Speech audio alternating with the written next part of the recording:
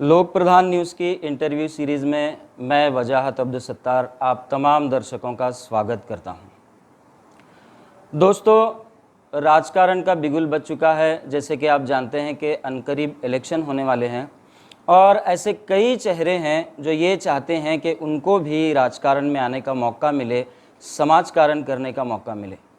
आज हमारे दरमियान हमारे स्टूडियो में ऐसा ही एक चेहरा मौजूद है जो अपने काम के साथ साथ अपने नाम से भी पहचाना जाता है। मेरी मुराद है प्रभाग क्रमांक 14 से शुएब माहगामी सर। शुएब माहगामी साहब, मैं लोक प्रधान के मंच से आपका स्वागत करता हूं और मैंने तो अभी हमारे दर्शकों को आपका अल्प सा परिचय दे दिया है। मैं इंटरव्यू शुरू करने से पहले आपको बताता चलूं कि इस मंच से आपको जो सवालात पूछे जा रहे हैं, जो प्रश्न आपके सामने आ रहे हैं, वो हमारे अपने प्रश्न नहीं हैं, हमारे अपने सवालात नहीं हैं, बल्कि ये समाज के ज़रिए पूछे गए या जनता के ज़रिए पूछे गए सवालात हैं जो लोक प्रधान के मन से आप तक पहुंच रहे हैं। तो मैंने तो आपका परिचय दे दिया है। अब मैं चाहूँगा, बल्कि लोक प्रधान चाहेगा कि आप भी अपने बारे में थोड़ी सी मालूमात दें, जैसे कि आपकी पैदाइश, आपका फैमिली बैकग्राउंड, आपका बिजनेस और आपका एजुकेशन। थोड़ा सा विस्तार से आप हमारे दर्शकों को बता सकते हैं। बिस्मिल्लाहिर्रहमानिर्रहीम। मैं सबसे पहले लोक प्रधान न्यूज़ का शुएब मागामी फ्रेंड सर्कल की जानिब से बहुत बहुत शुक्रगुज़ार हूँ, जिन्होंने मुझे यहाँ पर बुला के मेरी बात रखने का मुझे मौका दिया। सर, मेरी पैदाइश मुस्लिम बादशाह पेट की है। मेरा प्राइमरी का एजुकेशन पांगल स्कूल में हुआ है। उसके बाद 11वीं-12वीं सोशल से साइंस साइड से हुआ है। उसके बाद सर मैंने डिप्लोमा पूना से किया है, Abhinav institute of technology and management science से। सर उसके बाद मेरा जो फील्ड है वो कंस्ट्रक्शन में मैंने ज़्यादा काम किया है, फिर गवर्नमेंट कॉन्ट्रैक्टर में काम किया है, सिविल वर्क में ज़्यादा काम है, रियल इस्टेट का भी छोटा मोटा बिजनेस है सर। देखने में आता है कि राजकारण में अक्सर जो लोग आते हैं उनका फैमिली बैकग्राउंड ऐसा होता है कि जिनके ऊपर केसेस ज़्यादा होते हैं वो ऐसे लोग राजकारण में आते हैं। लेकिन माशाल्लाह आप तो बहुत ज़्यादा पढ़े लिखे भी हैं। राजकारण में आपकी रुचि क्यों है? राजकारण में आप क्यों आना चाहते हैं? सर, मैं बादशाहपेट में हमारे दादा 9 नंबर स्कूल में प्रिंसिपल थे। फिर दादा के टाइम पे 1980 या 1978 की बात कर रहा हूँ, जश्न इस्लाम कमेटी बोल के एक उन्होंने एनजीओ की शुरुआत की। फिर मोहम्मद रफ़ीक मागामी चौकी जनाब, जैनुद्दीन शाहपुरी चाचा, फिर ज़ाकिर हुसैन वड्डो, उस मरहूम उस्मान पेरमपल्ली, इन्होंने सर वो जश्न इस्लाम कमेटी को जैसा ब्लड डोनेशन कैंप हुआ, गरीब लोगों की हॉस्पिटल की मदद हुई, फिर गरीब लोगों की कोई भी मदद रहने दो, हमेशा जश्न इस्लाम कमेटी आगे आकर काम करती गई। मैं छोटा था सर, मैं देखता था ये सब। फिर उसके बाद में हमारे भाइयों ने वही परंपरा को आगे बढ़ाते गए। वो काम करते करते सर लोगों की जो तकलीफ़ रहती वो मैं बहुत अच्छे तरीके से समझा, बहुत नज़दीक से देखा। तो सर अभी जैसा कोविड पेंडेमिक हुआ, कोविड में सर लोग एक उम्मीद से आने लगे, लेकिन कोई भी सर उस टाइम ऐसा था, कोई भी बाहर निकल कर काम करना नहीं चाह रहा था, डर रहे थे लोग, पुलिस का भी प्रेशर था। तो सर जैसा मैं जो प्रभाग से आता हूँ वहाँ पे स्लम एरिया है, राहुल गांधी नगर बोल के, उधर के सर अनाज के हो या तो फिर हॉस्पिटल को लेके तकलीफ़ हो, मेडिकल की तकलीफ़ हो, तो सर बहुत ज़्यादा तकलीफ़ होने की वजह से मैं सर लोगों के काम करते गया। माशाल्लाह, ये तो बहुत अच्छा समाज कार्य है। अक्सर लोग समाज कार्य के ज़रिए से राजकारण में आते हैं, अक्सर लोग जो है राजकारण के ज़रिए से समाजकारण करते हैं। तो आप तो पहले से ही समाजकारण कर रहे हैं, जैसा कि अभी आपने बताया। इसके अलावा भी हमने आपके ताल्लुक से बहुत सारी मालूमात हासिल की हैं। आपने बहुत सारे, जैसे जो राहुल गांधी झोपड़पट्टी के ताल्लुक से बताया, और सिविल हॉस्पिटल में भी आपका अच्छा खासा काम है, हमने सुना है। लेकिन जब समाजकारण आप कर ही रहे हैं, लोग राजकारण में इसलिए आते हैं कि समाजकारण कर सकें। आप ऑलरेडी जब समाजकारण कर रहे हैं तो फिर राजकारण में आने की वजह क्या है? नहीं सर, जैसा मैं आपको बताया, कोविड में मैंने लोगों की तकलीफ़ देखी, उसके बाद सर अपने माशरे में, मुस्लिम सोसाइटी में, मैं जो प्रभाग से बिलोंग करता हूँ, ज़्यादातर लोग बहुत गरीब तबका है सर। सर उनके लिए मुझे एक हॉस्पिटल बनाना है। और सर मतलब बहुत सारी चीज़ें हैं जो मुझे सिस्टम में रहते हुए ही मैं ये चीज़ कर सकता। सिस्टम के बाहर रहते हुए अपन सर कितना भी ये करो, लेकिन कहीं ना कहीं अपने को पॉलिटिकल ताकत लगती है। सर कोविड में जब लोग आते गए काम के लिए, मदद के लिए, तो सर ऐसा हुआ जैसा जैसा कोविड बहुत ज़्यादा उरूज पे आया, तब सर मैंने क्या किया, ऐसे 800-900 लोग थे जिसको जिसका रोज़ंदारी पर ये था सर, रोज़ कमाना तो रोज़ लाना। फिर सर हमने ऐसे एक 800 850 लोगों में से ऐसे कुछ नाम सेग्रीगेट किए जिसको बहुत ज़्यादा ज़रूरत है। तो फिर 600 650 घर ऐसे निकले सर जिसको हम हर महीना अनाज प्रोवाइड करने लगे। सर मैंने एक भी सा फुटेज नहीं लिया, ना एक भी मेरे पास वीडियो है, ना किसी के पास रहेगा वो। डायरेक्ट हमारे बंदे हैं जो घर पे जाके उनको हर महीना अनाज देते हैं सर। सर कोविड से लेके आज तक हर महीना 240 घरों को हर महीना सर अभी तक आज तक बीपी और शुगर की गोली हर महीना नॉन स्टॉप जाते हैं सर। अभी तक 57 से 58 पेशेंटों को जो बहुत ज़्यादा जिसकी हालत ख़राब है, सिविल में बेड नहीं मिल रहा या तो फिर कुछ कर ही नहीं सकते हो, ऐसे सर 57 या 58 पेशेंट को सर मैंने सेंट्रल हॉस्पिटल में लेके जाके खुद के पैसे से इलाज किया है सर। सर आपको वहीं पे रिकॉर्ड मिलेगा, मैं उसका भी कोई फुटेज कोई वीडियो वगैरह निकाला नहीं सर। ये राजकारण अलग हुआ या तो फिर ये इलेक्शन में ठहरना रुकना अलग हुआ, लेकिन अल्लाह को राज़ी करने के लिए सर अल्लाह कहीं ना कहीं मुझे इसका अजर देगा। और सर ये जितने भी काम किए मैं, इलेक्शन आगे जाता गया, 2022 में हो रहा, फिर अक्टूबर में हो रहा, फिर 2023 जनवरी में हो रहा, 2023 जून में हो रहा, 2023 एंड में हो रहा।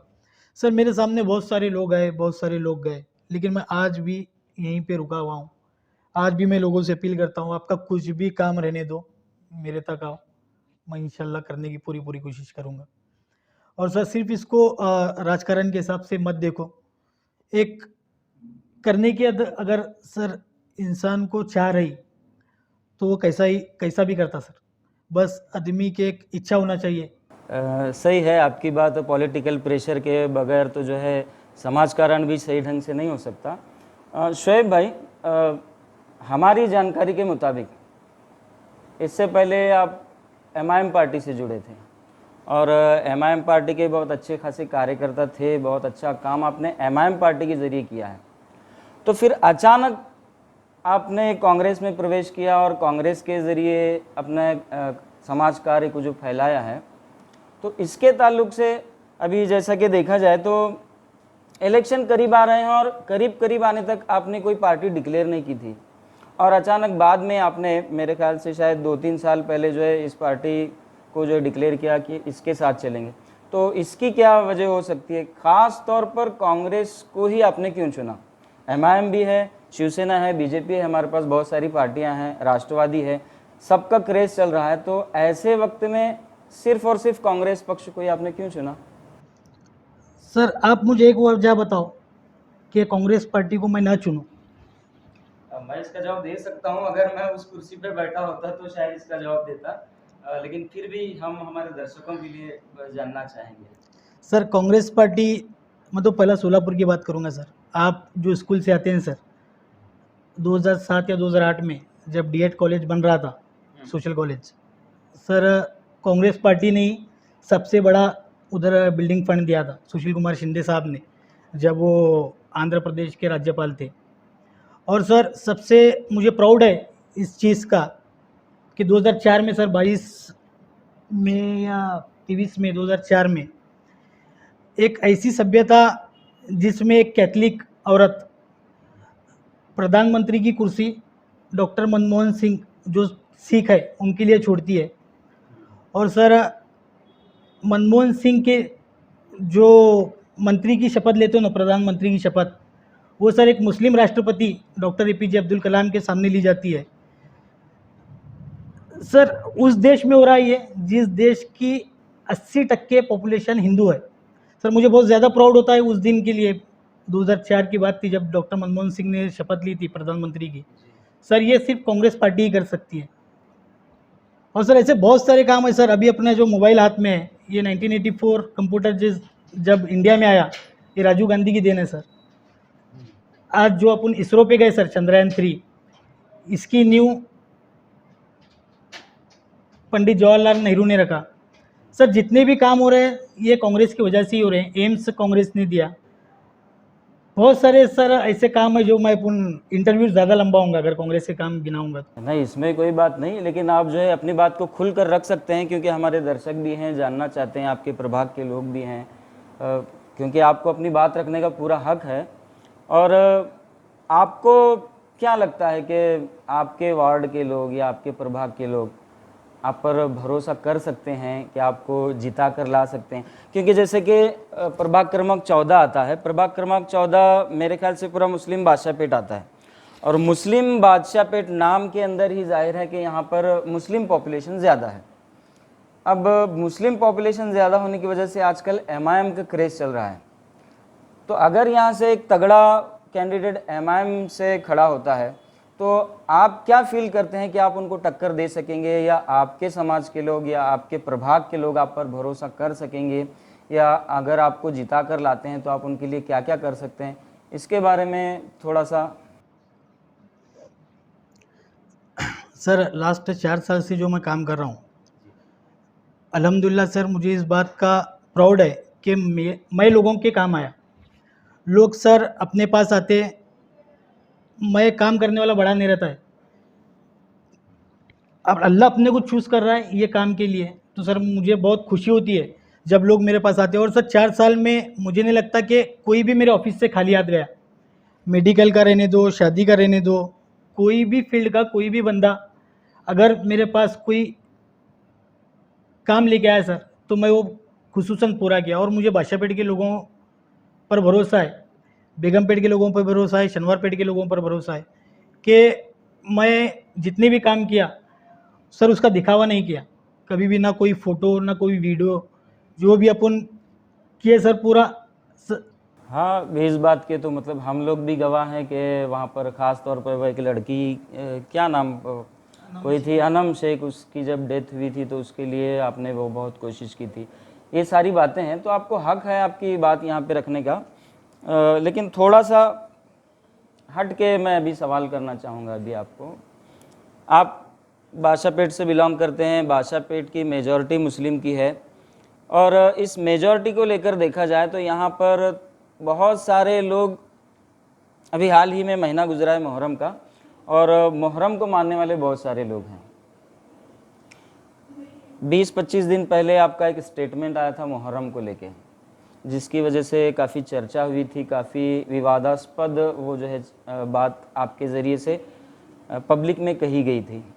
तो इस बात की सफाई आप किस तरह से देंगे कि उस बात को लेकर क्या आपको बादशाहपेट के लोग उस बात को माफ़ करेंगे, या फिर आप किस तरीके से उनको मुतमईन कर सकेंगे उस बात को लेकर कि मुहर्रम के चाहने वाले बहुत हैं, मुहर्रम को लेकर जो है खुशियाँ मनाने वाले लोग, अगर वो तो ख़ास आपके मतलब प्रभाग से ताल्लुक़ रखते हैं, उनके तक ये बात जब पहुंचती है तो थोड़ा सा नेगेटिव सेंस भी जाता है, तो आप उनको किस तरह से अपनी सफाई पेश कर सकेंगे? सर मुसलमान के 3 दर्जे हैं। पहला दर्जा वो जो अल्लाह की मानते हैं सर, सेकंड जो अल्लाह को मानते हैं, और सर तीसरा जो दर्जा है अल्लाह जिनकी मानता है।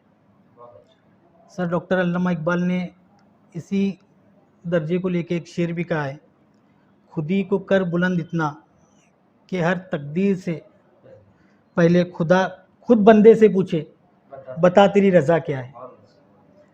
तो सर मस्जिदों के सामने अजानें हो रही है और सर मुहर्रम के नाम पे नाच गाना हो रहा है, ऐसे वाहियात से गाने लगा कर नाच रहे हैं। सर ये कहाँ तक ठीक है? सर मुझे नहीं लगता कि इतना गंदा अगर राजकारण है, सिर्फ राजकारण के लिए लोग अगर ये सब हरकतें कर रहे हैं, सर मुझे ऐसा राजकारण नहीं करना है। सही बात है। औलिया कराम ने जो है हम तक दीन को पहुंचाया है और उनके नाम पर अगर हम नाच गाना कर रहे हैं तो किसी दर्जे में ये बात भी जो है गलत होती है। और सर कोई भी सोलापुर में कोई भी मुफ्ती आलिम कारी अगर मेरी बात को गलत बोले तो सर मैं राजकारण ही छोड़ दूँ। इससे पहले भी आपने मेरे ख्याल से आई थिंक नूरानी मस्जिद में एक मीटिंग हुई थी और नूरानी मस्जिद की मीटिंग में जब वहाँ पर चर्चा हुई थी तो उस वक्त भी आपने कहा था कि अगर लोग मुझे चुन कर देते हैं या मुझ पे भरोसा जताते हैं और अगर मैं चुन कर आता हूँ और अगर उनके काम नहीं करूँगा तो मैं सियासत छोड़ दूँगा, ये आपने कहा था, ऐसा हमने सुना है। तो इस बारे में ये बात कहाँ तक सच है, आप इस ताल्लुक से क्या कहें? सर मैं जब सोचा, जब लोग आके मुझे बोले कि अपने को इलेक्शन में ठहरना चाहिए, तो सर तब मैं एक सब भाषापीठ के जिम्मेदारों की मीटिंग लिया था। उस मीटिंग में मैं ये बोला था सर कि अगर आप मुझे जिता के देते, मैं जीतने के बाद सबसे पहला मेरा काम आपके हाथ में मैं मेरा रेजिग्नेशन लेटर दूंगा और आपको ऐसा लगा 6 महीने 9 महीने तक कि मेरे हाथ से काम नहीं हुआ तो सर मैं एग्ज़िट कर लूँगा।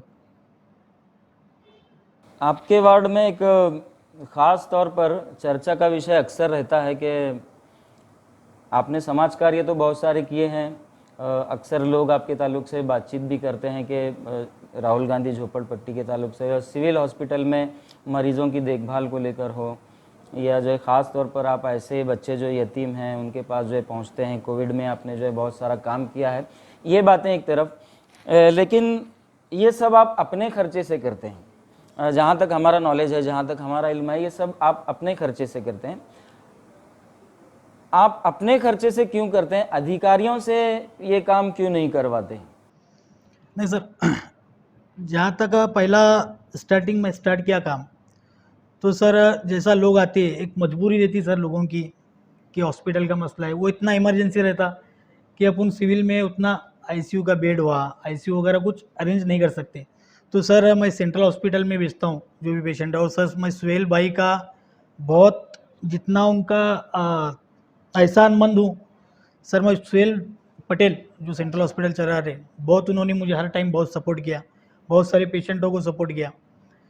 तो सर उसके बाद जितनी भी ऐसा स्ट्रीट लाइट का काम हो, ड्रेनेज का काम हो, सर स्टार्टिंग को तो मैंने ड्रेनेज का काम खुद के खर्चे से किया, इंटरनल रोड के काम खुद के खर्चे से किया, लोगों को नल खुद के खर्चे से बना के दिया।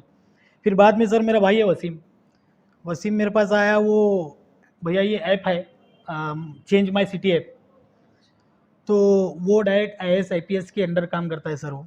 और मुंबई पुणे में सभी लोग नगर सेवक किसी के पास जाते नहीं सर, जहाँ तक मेरे देखने में है, डायरेक्ट वो ऐप पे अपन डाले ना सर, ये समस्या, ये खड्डा है, उसकी फ़ोटो अपलोड करके डायरेक्ट तो उन तक पहुँचती है, कचरे का मसला हो तो सर वो ऐप पे हम लोगों ने काम, लोगों के प्रॉब्लम्स डालना शुरू किया।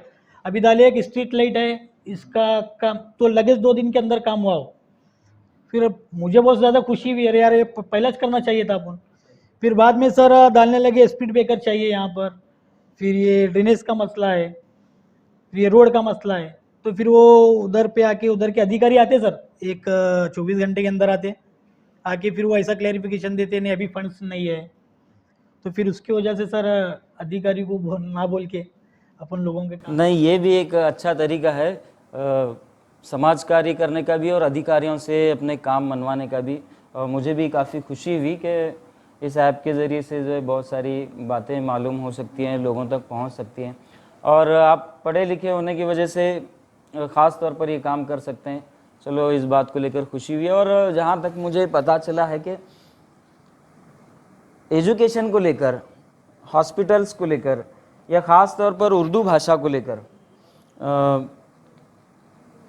मुझे ऐसे सुनने में आया है, पता चला है कि उर्दू भाषा के प्रति आप काफ़ी प्रभावित हैं और उर्दू भाषा को लेकर काम करना चाहते हैं। विशेष तौर पर उर्दू भाषा ही क्यों, जबकि हम महाराष्ट्र में रहते हैं तो मराठी हमारी राज्य भाषा है और हिंदुस्तान में रहते हैं तो हिंदी हमारी राष्ट्रभाषा है। तो उर्दू के लिए आपका इतना प्रेम क्या दर्शाता है? सर मैं हिंदी तो बहुत अच्छी खासी बोल लेता हूँ, मराठी भी अल्हम्दुलिल्लाह बहुत अच्छी खासी बोल लेता हूँ क्योंकि महाराष्ट्र की लैंग्वेज है। सर मेरा एजुकेशन प्राइमरी का पूरा उर्दू में हुआ सर, पांगल स्कूल में। सर आज मुझे खुद का नाम लिखने के लिए थोड़ी सी गड़बड़ाहट होती है। उसकी वजह ये है सर, 10th तक मैं उर्दू सीखा और आज तक मेरा जो भी काम हुए या जो भी एजुकेशन हुआ वो पूरा इंग्लिश या तो फिर मराठी में हुआ। सर मुझे ऐसा लगता है कि अपन उर्दू से बहुत दूर जा रहे, धीरे धीरे उर्दू भूल रहे। इवन सर मैं खुद उर्दू, अभी मैं मेरा नाम लिखने के लिए थोड़ा सा हिचकिचाऊंगा, जबकि सर उर्दू मेरा बहुत अच्छा था 10th तक। तो सर अभी जैसा आपने जितने भी दुकानें हैं इतने प्रभाग के या तो फिर यहाँ के लोग अपने ही कस्टमर है, ज़्यादातर मुस्लिम है। सर अपन जितना, मेरा ऐसा, हमारी हम लोगों की ऐसी सोच बनी कि जितने भी ऐसा होल्डिंग्स रहते, अभी इवन यहाँ से मैं जो भी प्रोग्राम लूँगा तो ज़्यादातर उर्दू के होल्डिंग्स या तो फिर उर्दू में दुकान के नेम प्लेट चेंज करना। फिर लोगों को मैं लोगों से अपील करता हूँ। अब सर ऐसे भी बहुत सारे टीचर्स हैं जो उर्दू स्कूल में टीचिंग करते और उनके बच्चे इंग्लिश मीडियम में या तो फिर अदर इसमें जाते हैं। सर हमारे गाँव का नियम है। सर इसके लिए उर्दू को अपने को ज़्यादा ये करना, ऐसा मुझे लगता है। अच्छी बात है। उर्दू एक बहुत अच्छी लैंग्वेज है, मीठी ज़ुबान है। और एक कंसेप्ट जो लोगों के जहन में ये है कि उर्दू मुसलमानों की भाषा है, जबकि ऐसा नहीं है। उर्दू मुसलमानों की भाषा नहीं, उर्दू हिंदुस्तानियों की भाषा है। मुझे काफ़ी खुशी हुई उर्दू भाषा के प्रति आपका ये प्रेम देखकर। हमारे पास बहुत सारे लेखक हैं, मुसन्निफ़ हैं, जैसे मुंशी प्रेमचंद हैं, कृष्णचंद्र हैं, पंडित ब्रिज नारायण चकबस्त हैं। ऐसे बहुत सारे हैं जो अदर कास्ट को बिलोंग करते हैं, लेकिन उनकी एजुकेशन उर्दू ज़ुबान में भी। हमारे यहाँ देखा जाए तो हमारे जो साबिक पंत प्रधान रहे हैं मनमोहन सिंह जी, उनका भी एजुकेशन उर्दू ज़ुबान में हुआ है। तो मुझे काफ़ी अच्छा लगा कि आप उर्दू को लेकर जो है आगे बढ़ रहे हैं, उर्दू को प्रमोट कर रहे हैं, उर्दू के काम कर रहे हैं। शोएब भाई, हर राजकारण करने वाले इंसान के दिमाग में या हर राजकारण इस फील्ड में आने वाले शख्स के जहन में एक मकसद होता है, एक एम होता है कि आगे चलकर मुझे ये करना है। वैसे आपके वार्ड में बहुत सारे मसले हैं, जैसे पानी का मसला है, सड़क का मसला है, लाइट के मसले हैं। आप अपने तौर पर उन मसलों को सॉल्व भी करने की कोशिश करते हैं, लेकिन आपके वार्ड को लेकर, आपके प्रभाग को लेकर एक ख़ास मकसद आपके जहन में होगा, एक ख़ास कोई एम होगा, ताकि वो जो है आपके प्रभाग को जो है चेंज कर सके, एक नया लुक दे सके। तो क्या मकसद है आपका ऐसे आपके वार्ड को लेकर ख़ास तौर? जब मैं करनी नगर जाता हूँ या जब मैं अंत्रोटीकर नगर जाता हूँ सर, उधर का एरिया देख के सर खुद पे शर्म आती है कि हम जो सोसाइटी में रह रहे हैं, सबसे ज़्यादा टीचर्स हमारे सोसाइटी में या तो फिर मेरे प्रभाग में है, सबसे ज़्यादा एजुकेटेड बच्चे मतलब इस प्रभाग में है। सर एक ग्राउंड नहीं है सर अपने पास, बच्चे कहाँ खेलना सर। आज मेरा खुद का बच्चा सिर्फ मोबाइल गेम खेलता, मोबाइल पर गेम वीडियो यही देखता हूँ सर। उनके लिए अपने अपने जिम्मेदार लोगों को लगता नहीं क्या सर कि हमारे लिए एक जॉगिंग ट्रैक रहना, हमारे लिए एक ग्राउंड रहना। सर इकबाल मैदान में एक ग्राउंड था, वो भी लास्ट 2-3 साल से वो भी बंद हुआ। सर लोग भी सर जागरूक होना चाहिए। अभी सर मैं 3 बार निवेदन दिया, मैं कलेक्टर ऑफिस में, कलेक्टर के अंडर है वो, कलेक्टर ऑफिस में 3 बार निवेदन दिया कि वो जगह हमारे यहाँ के लोगों को दो। सिर्फ अंबल बजावनी हो रही, इसके ऊपर कुछ भी अंबल बजावनी नहीं हो रही।